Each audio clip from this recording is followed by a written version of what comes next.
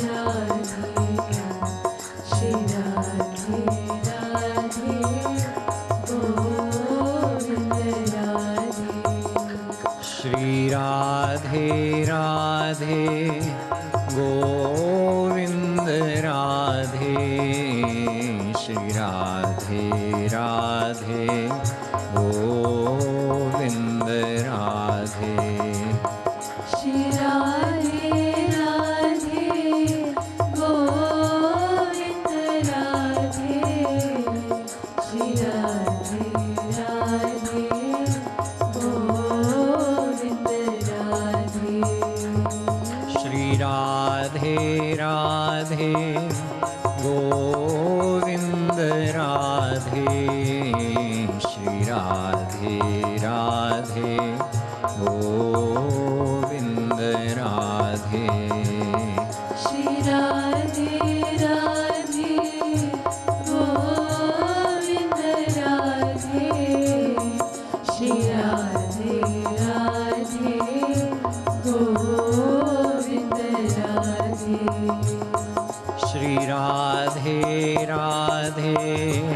Govind Radhe Shri Radhe Radhe Govind Radhe Shri Radhe Radhe Govind Radhe Shri Radhe Radhe Govind Radhe Shri Radhe Radhe Govind Radhe Shri Radhe Radhe Govind Radhe Shri Radhe Radhe Govind Radhe Shri Radhe Radhe Govind Radhe Shri Radhe Radhe Govind Radhe Shri Radhe Radhe Govind Radhe Shri Radhe Radhe Govind Radhe Shri Radhe Radhe Govind Radhe Shri Radhe Radhe Govind Radhe Shri Radhe Radhe Govind Radhe Shri Radhe Radhe Govind Radhe Shri Radhe Radhe Govind Radhe अलबेली सरकार की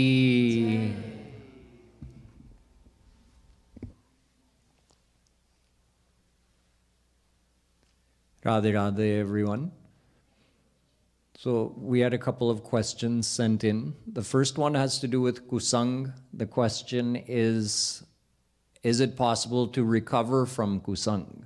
So let me first give a summary of what kusang is, and then we'll talk about what is the after effect of it. Kusang, in the most general way, is anytime our mind is not in God and Guru, could be considered kusang. Kusang is the opposite of susang or satsang. Satsang, sat means God, His names, His forms, His leelas, His gunas, His abodes, and His divine saints. Those 6 things are considered sat. In other words, everything on the divine side is sat. Out of the 3 eternal tattva, Brahma, Jeev, Maya, so that means Brahm is considered sat, and any God-realized souls. We are Jeev, and our mind is the thing in question. Is it in Brahm, or God's names, forms, leelas, virtues, abodes, divine associates? Or is our mind in Maya, which is the 3rd eternal tattva, Brahma, Jeev, Maya? So we're in the middle, and our mind can either be engaged in, or you can say enveloped in thoughts and desires related to God or related to Maya. If our mind is engaged in Mayic thoughts, that is considered kusang, and if it's engaged in devotional thoughts related to God and Guru, that is considered satsang. Satsang purifies the mind, and kusang brings more impurity into the mind. So it's straightforward. We're trying to purify the mind by doing sadhana. The more time our mind spends in God and Guru, the more it's purifying. And if it leaves God and Guru and desires the world, then it's taking on more impurities. So that's a simple definition of kusang. So kusang could just be associating with people who influence you in that direction. Let's say someone doesn't believe in or has never been taught the philosophy that true happiness is in God. True happiness is not in becoming a millionaire or becoming president or becoming being on the cover of People magazine as the most beautiful person alive or something like that. There's a class of people who think there's happiness in that, and there's a class of people who think happiness comes from God.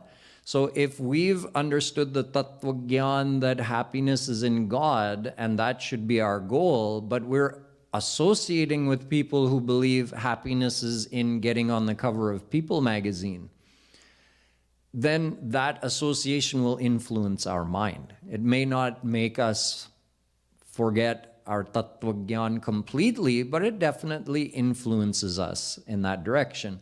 So that's a very common type of kusang. Just having the association of what we would say people whose goal it is to find happiness in the world. Now, it's not realistic unless you're going to live in an ashram, it's not realistic to think that you can always avoid the association of worldly people, because how many people are there in the world whose goal it is to find God? So most of your association at the workplace or in the world will be with those people who are pursuing happiness in Maya. So you just have to limit it. If you're trying to purify your mind and attain God in this life, then you just limit that type of association as much as possible. Now, there's another type of interaction that would also be considered kusang. And this type of interaction might not immediately be obvious to you that this is kusang.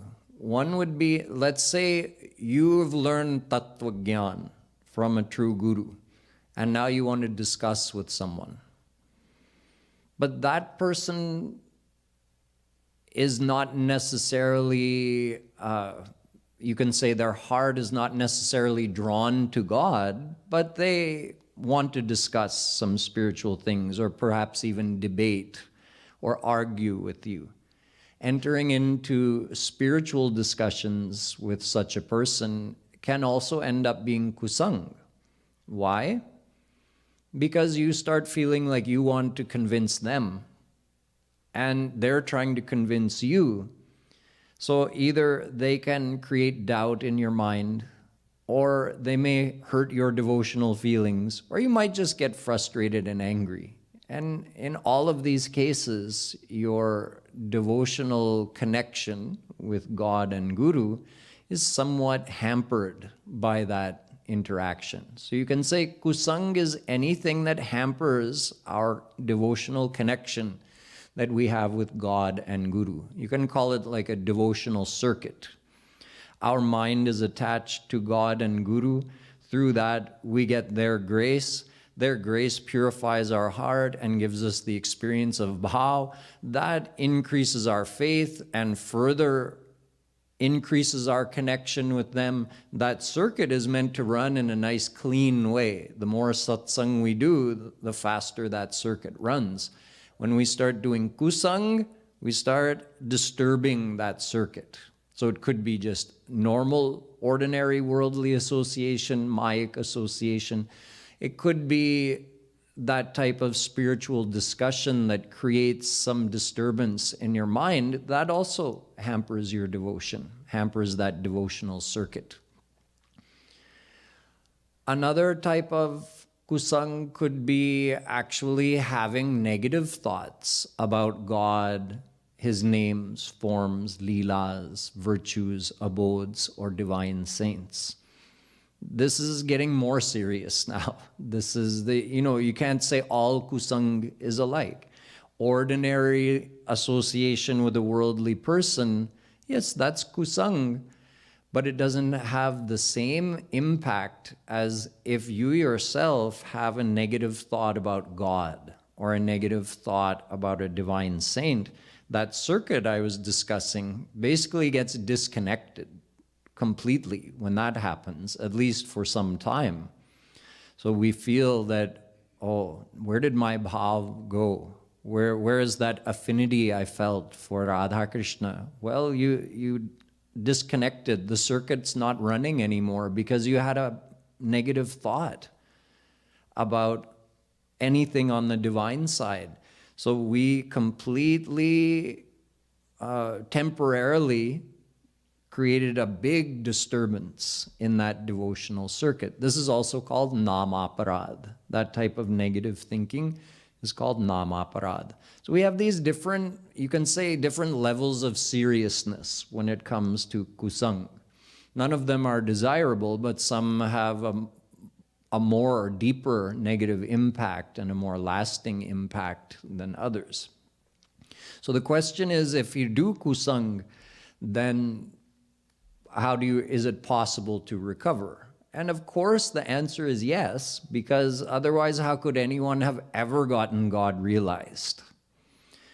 Everyone who's ever gotten God realized, whether it be Tulsidas Ji, Mirabai, or any unnamed God-realized saint, any of the millions and, in fact, unlimited number of souls who have become saints in the history of the world, all of them would have done kusang. They were all ordinary people like us. They would have done all the kinds of kusang just like we have. And if we don't feel we've done that type of kusang in this life, and we've certainly done it in a previous life, that's why our devotional circuit is not pure. Even now, even if we feel that we're on the devotional path, we still have negativities to overcome. The past negative reserves that's in our mind that blocks that devotional receptivity, that's because of kusang we've done in previous lifetimes. So we've all done all kinds of kusang. So those saints, whether they're famous historical saints or unknown historical saints, they were just like us at one point. So they would have also done all kinds of kusang. They would have also had to overcome that. So you can say ordinary kusang associating with a worldly person that increases our worldly desires. That's like you're taking one step forward by doing sadhana, and then you're taking one step back by having that worldly association. So how do you overcome that? Do more sadhana. It's simple. It's not a big deal. Just change your thinking. Okay, when I associated with this person, or when I read this magazine or this book, or when I watched this thing on television or on my mobile device, it affected my mind like this. I see that hampered my devotion, so now I'll do that less. We make an effort to do it less and start doing more sadhana. So we make up for it, we recover whatever was lost. That's simple math. When we get some disturbance on the spiritual side, like I said, having some arguments or discussions that disturb our devotional feelings directly, that takes a little more time to get over, actually, because that goes more, it creates the disturbance in our spiritual feelings, our devotional feelings. So though that type of kusang has a little more lasting effect, you can say. But that can also be overcome by simply making the decision that I'll avoid such conversations in the future. If someone humbly wants to know something about the path I'm following, I can share something with them according to how open they are. But I'm not going to try to argue or convince those who are not open to it.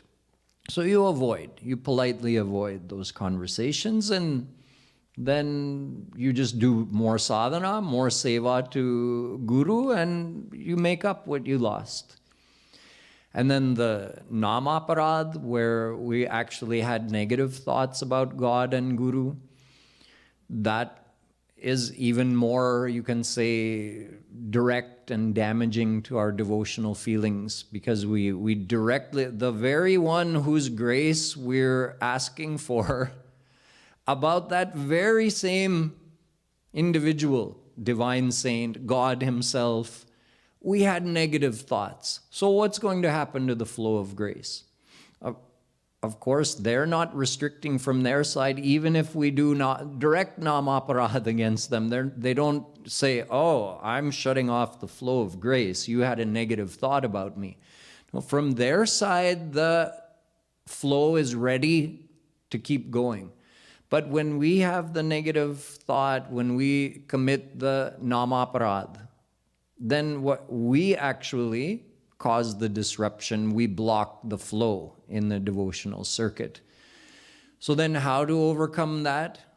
First, realize it, admit it, and either directly, verbally, or in your heart, ask Guru to forgive. That's it.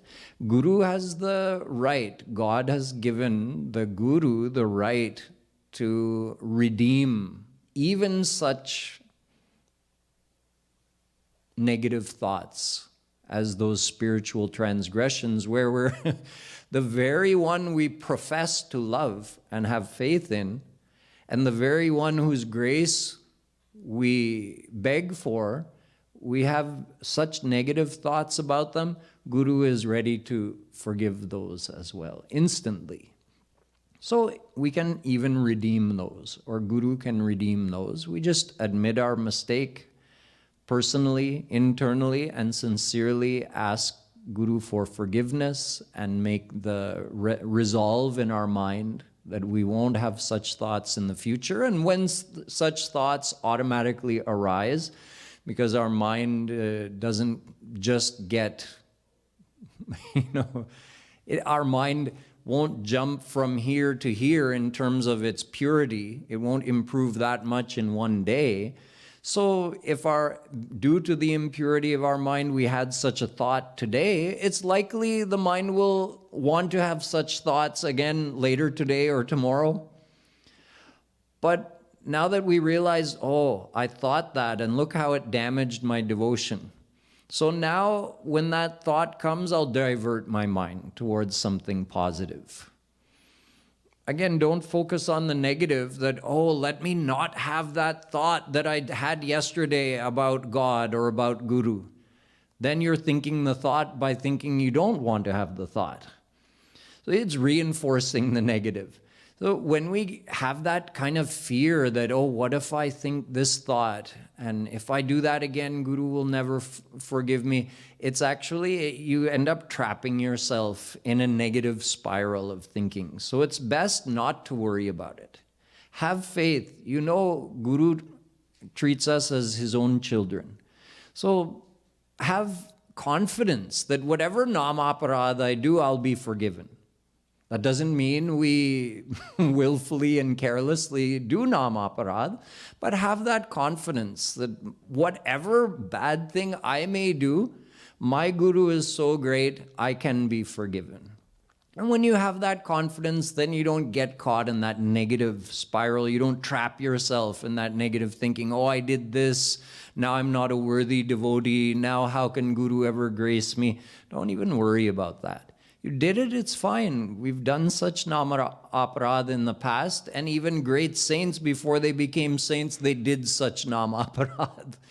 So allow yourself not to worry about it, and if such thoughts again arise in the mind, just divert your mind towards how forgiving Guru is. Divert your mind to how much Krishna loves you, any positive thing. And if a negative thought happens, just realize it, admit it, and ask for forgiveness. That's part of Guru's job description, to clean up our messes. So even if we keep making a mess of things and we keep disrupting the devotional circuit with our negative thoughts, as long as we keep trying, Guru will help us keep overcoming the effect of that kusang. So although we don't want to be careless in doing kusang, we should also not dwell upon the mistakes that we've done.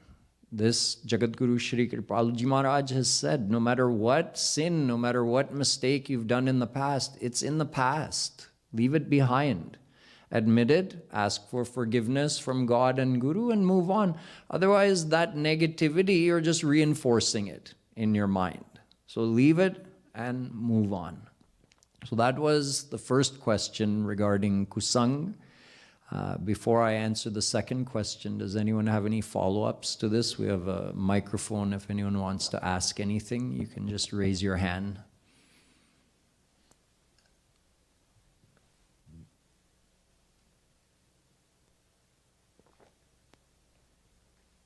Please raise your hands. So if you think of something going forward, it's fine, you can ask. The second question is actually by the same person, saying that in addition, why can't I visualize God clearly? Do I have to purify my mind even further? So in the Bhagavatam it says, Nashta prayeshva bhadreshu nityam bhagavata sevaya bhagavatyuttama shloke bhaktir bhavati naishthiki. That your bhakti will become naishthiki, meaning sthir. Your bhakti, your feelings of bhav and the experiences you get in practicing Rup Dhyan, those will stabilize the more seva you do. So as I mentioned, we have all these negative reserves in the mind. So when somebody sits and tries to do sadhana, they're doing Rup Dhyan, initially they may find it very difficult, and that initial stage may last more time for some people, less time for other people. And it also depends on your sanskars, how good you are at visualizing, right? So it's okay if you're not a visualizer, use your other senses. I can hear Krishna's voice, I can smell the perfume of his divine body, I can feel the touch of his hand. You have all these other senses to engage as well in your meditation. But if whether it's visual or these other ways that you're trying to perceive Shri Krishna in your Rup Dhyan, if it's just not clear, it's not intense, it's very vague and fuzzy and you don't feel much in the beginning, that's what he's asking. So what do I have to do? Initially, we're blocked by all these negative reserves of the mind. I mean, Krishna is ready to come and meet us right now, this second, but because of the impurity of the mind, we're unable to surrender to him, so we can't get the grace to receive the divine eyes and be freed from the bondage of Maya so that we can meet Krishna face to face. So we have to purify our mind. That's what doing sadhana is for. So this shlok says the more seva you do of a true saint, the more all those negative reserves get cleared out. Bhagavata sevaya. Bhagavat means seva related to God. But we can't serve God directly until after we can see God and meet him. So until then, we serve Bhagavat in the form of Guru. So this seva to the Guru primarily is mental seva. It just means the effort we undertake to have positive, loving thoughts towards the Guru, to have faithful thoughts about the Guru. That positive chintan is man ki seva, mental service. I wouldn't say mental service to the Guru, because what service are we doing to the Guru by having positive thoughts? Is that giving Guruji something? No. But it's considered seva because it's improving our devotional circuit. It's creating a deeper connection with Guru so we can receive more of the grace. The more of Guru's grace we receive, the more the heart purifies and the clearer our Rup Dhyan becomes. Rup Dhyan doesn't become more clear and easy just because we're practicing. No, it's mostly because of Guru's grace. We have to practice, and our practice allows us to receive Guru's grace. The more we practice, the more grace we receive, the more the heart purifies, and the more clearly we can see Shri Krishna. The bhakti becomes more naishtiki. The more the heart purifies, the more stable your feelings of devotion become, and the more stable your rup dhyan becomes. In the beginning, you probably feel like every time you try to imagine the form of Krishna, it's something different. His face is different, his form is different, his size is different. Eventually, you'll have a stable form of Shri Krishna. Whenever you visualize him, it'll be the same Shri Krishna with the exact same eyes, eyelashes, eyebrows, cheeks, mouth, hair, locks of hair. Everything will, all the details will be stable. So then every time you do the Rup Dhyan, it becomes more clear and more clear and more clear. That's one of the meanings of Naishtiki Bhakti. So that happens when Nashta Prayeshva Bhadreshu. Abhadreshu means all the crude desires and worldly attachments of the mind. The more that gets cleaned out by doing Bhagavat Seva, the more our bhakti becomes stable. So yes, if you're unable to visualize Shri Krishna when you're doing Rup Dhyan, then it means you just need more practice, more sadhana, more seva to purify your heart, and eventually your bhakti will become more stable. Does anybody have any questions about that or anything from today's topics?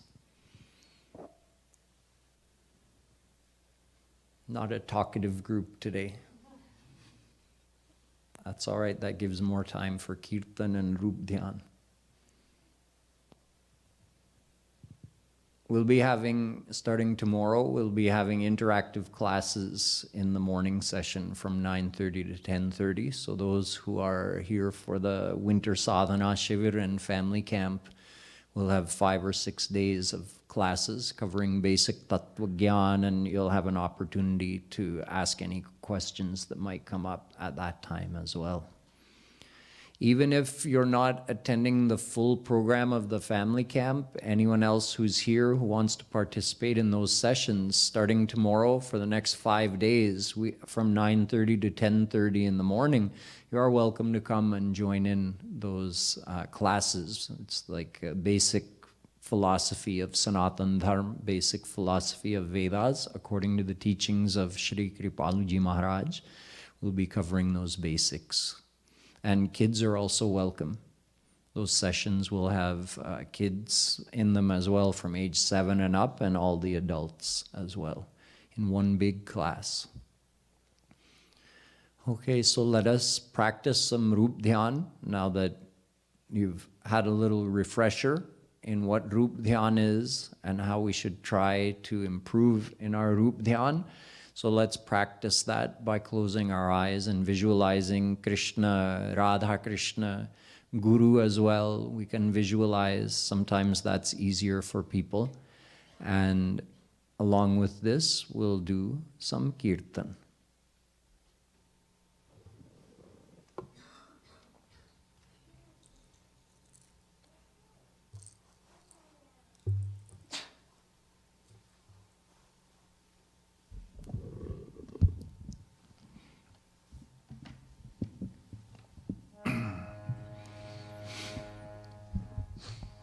Govind Jai Jai Gopal Jai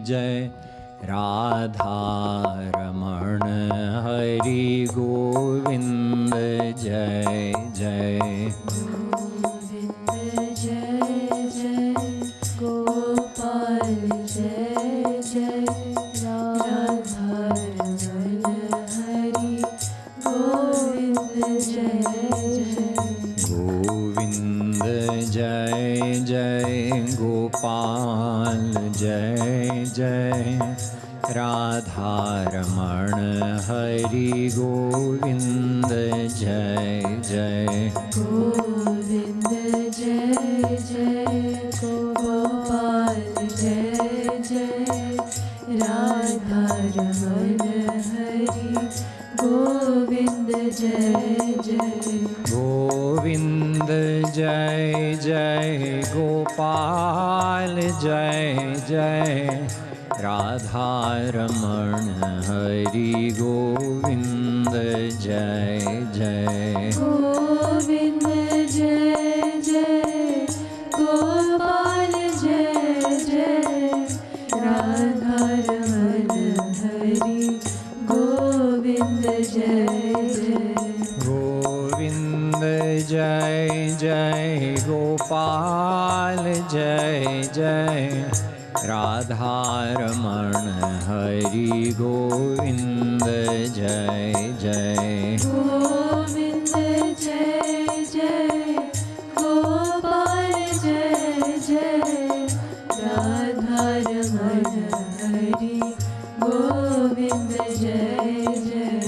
Radha Raman Hari Govind जय जय। राधा रमण हरि गोविंद जय जय। राधा रमण हरि गोविंद जय जय। राधा रमण हरि गोविंद जय जय। गोविंद जय जय गोपाल जय जय राधा रमण हरि गोविंद जय जय। गोविंद जय जय गोपाल जय जय राधा रमण हरि गोविंद जय जय। गोविंद जय जय गोपाल जय जय राधा रमण हरि गोविंद जय जय। गोविंद जय जय गोपाल जय जय राधा रमण हरि गोविंद जय जय। गोविंद जय जय गोपाल जय जय राधा रमण हरि गोविंद जय जय। गोविंद जय जय गोपाल जय जय राधा रमण हरि गोविंद जय जय। गोविंद जय जय गोपाल जय जय राधा रमण हरि गोविंद जय जय। गोविंद जय जय गोपाल जय जय राधा रमण हरि गोविंद जय जय।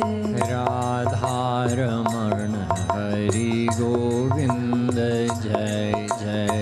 राधा रमण हरि गोविंद जय जय। राधा रमण हरि गोविंद जय जय। राधा रमण हरि गोविंद जय जय। गोविंद जय जय गोपाल जय जय राधा रमण हरि गोविंद जय जय।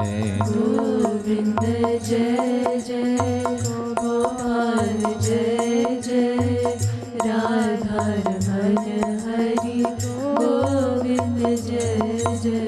गोविंद जय जय गोपाल जय जय राधा रमण हरि गोविंद जय जय।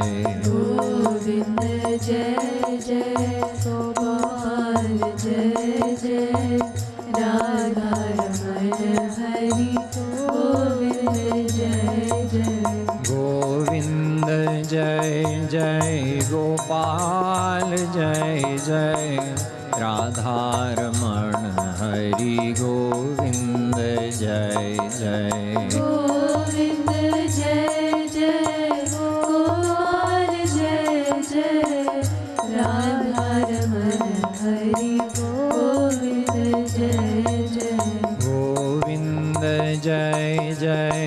गोपाल जय जय राधा रमण हरि गोविंद जय जय गोविंद जय जय गोपाल जय जय राधा रमण हरि गोविंद जय जय राधा रमण हरि गोविंद जय जय राधा रमण हरि गोविंद जय जय राधा रमण हरि गोविंद जय जय राधा रमण हरि गोविंद जय जय गोविंद जय जय गोपाल जय जय राधा रमण हरि गोविंद जय जय गोविंद जय जय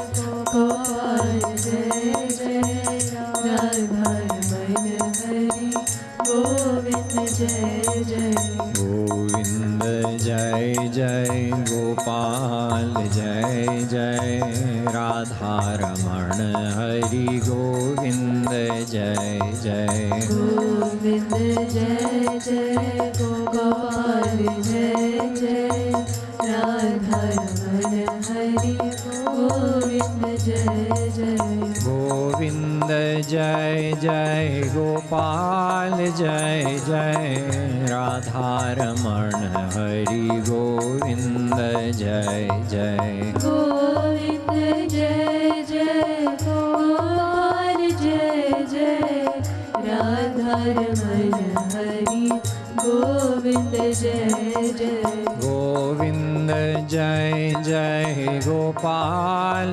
जय जय राधा रमण हरि गोविंद जय जय गोविंद जय जय गोपाल जय जय राधा रमण हरि गोविंद जय जय राधा रमण हरि गोविंद जय जय राधा रमण हरि गोविंद जय जय राधा रमण हरि गोविंद जय जय राधा रमण हरि गोविंद जय जय गोविंद जय जय गोपाल जय जय राधा रमण हरि गोविंद जय जय गोविंद जय जय गोपाल जय जय राधा रमण हरि गोविंद जय जय गोविंद जय जय गोपाल जय जय राधा रमण हरि गोविंद जय जय गोविंद जय जय गोपाल जय जय राधा रमण हरि गोविंद जय जय गोविंद जय जय गोपाल जय जय राधा रमण हरि गोविंद जय जय गोविंद जय जय गोपाल जय जय राधा रमण हरि गोविंद जय जय गोविंद जय जय गोपाल जय जय राधा रमण हरि गोविंद जय जय गोविंद जय जय गोपाल जय जय राधा रमण हरि गोविंद जय जय गोविंद जय जय गोपाल जय जय राधा रमण हरि गोविंद जय जय गोविंद जय जय गोपाल जय जय राधा रमण हरि गोविंद जय जय गोविंद जय जय गोपाल जय जय राधा रमण हरि गोविंद जय जय गोविंद जय जय गोपाल जय जय राधा रमण हरि गोविंद गोविंद जय जय राधा रमण हरि गोविंद जय जय राधा रमण हरि गोविंद जय जय राधा रमण हरि गोविंद जय जय राधा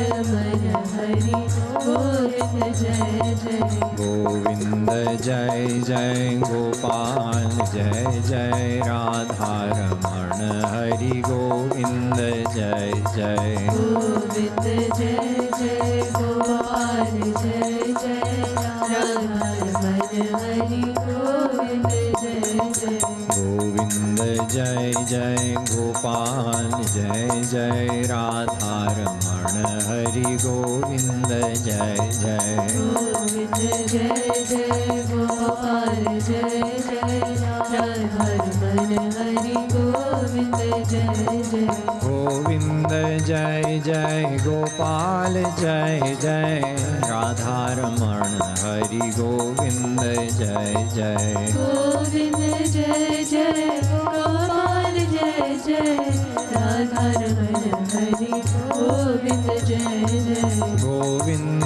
जय जय गोपाल जय जय राधा रमण हरि गोविंद जय जय गोविंद जय जय गोपाल जय जय राधा रमण हरि गोविंद जय जय गोविंद जय जय गोपाल जय जय राधा रमण हरि गोविंद जय जय गोविंद जय जय गोपाल जय जय राधा रमण हरि गोविंद जय जय गोविंद जय जय गोपाल जय जय राधा रमण हरि गोविंद जय जय गोविंद जय जय गोपाल जय जय राधा रमण हरि गोविंद जय जय राधा रमण हरि गोविंद जय जय राधा रमण हरि गोविंद जय जय राधा रमण हरि गोविंद जय जय राधा रमण हरि गोविंद जय जय गोविंद जय जय गोपाल जय जय राधा रमण हरि गोविंद जय जय गोविंद जय जय गोपाल जय जय राधा रमण हरि गोविंद जय जय गोविंद जय जय गोपाल जय जय राधा रमण